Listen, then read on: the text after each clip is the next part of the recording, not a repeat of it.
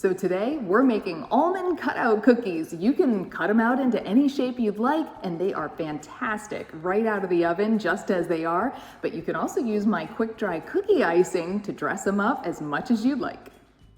So many fun ways to decorate these delicious cookies. So let's get started on the dough. In a small bowl, combine your gluten-free and almond flours along with salt. In another bowl, combine butter and sugar. You can use cold butter, and it is okay if it's a little lumpy at first. Once you add in the eggs, almond liqueur, and flour mixture, it will all combine well. Scrape down the sides and mix it again, then wrap the dough in plastic wrap and store it in the fridge until you're ready to roll.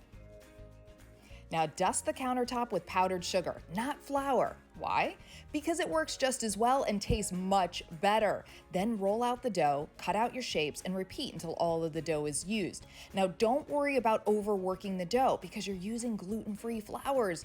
If the shapes get wonky or the dough sticks, just roll it back out, all while dusting your surface and rolling pin, and just keep on going. Bake the cookies on parchment-lined baking sheets until the tops no longer look like raw dough. This usually takes about 8 to 10 minutes. Take them out of the oven and let them cool. So personally, I think the hardest part out of making these almond cutout cookies is figuring out how you want to decorate them.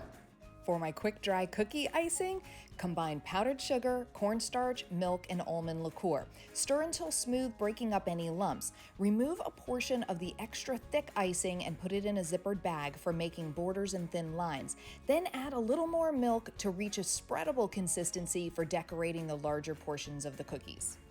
Divide the icing into several bags and add food color to each. Knead the bags to mix the color and then cut a tiny bit off the corner of the bag and you're ready to decorate. So here's where I use the extra thick icing for the border to keep the thinner icing from flowing over the edge, or to create lines or words on top. Use a toothpick or the back of a spoon to spread the icing. Make sure to add sprinkles while the icing is still wet. And if a design goes sideways like this one did, just turn it into a swirl of color and throw on some sprinkles. It's still gonna taste delicious. The icing will be dry to the touch in less than an hour and will be completely dry in about 3 to 4. When it's really humid here in Florida though, it may take a little longer. And these are perfect for a cookie tray because once the icing is dry, you can stack them on top of each other and the decorations don't get messed up. And of course, you can find these recipes at homewithshay.com. Shay Ryan, ABC Action News.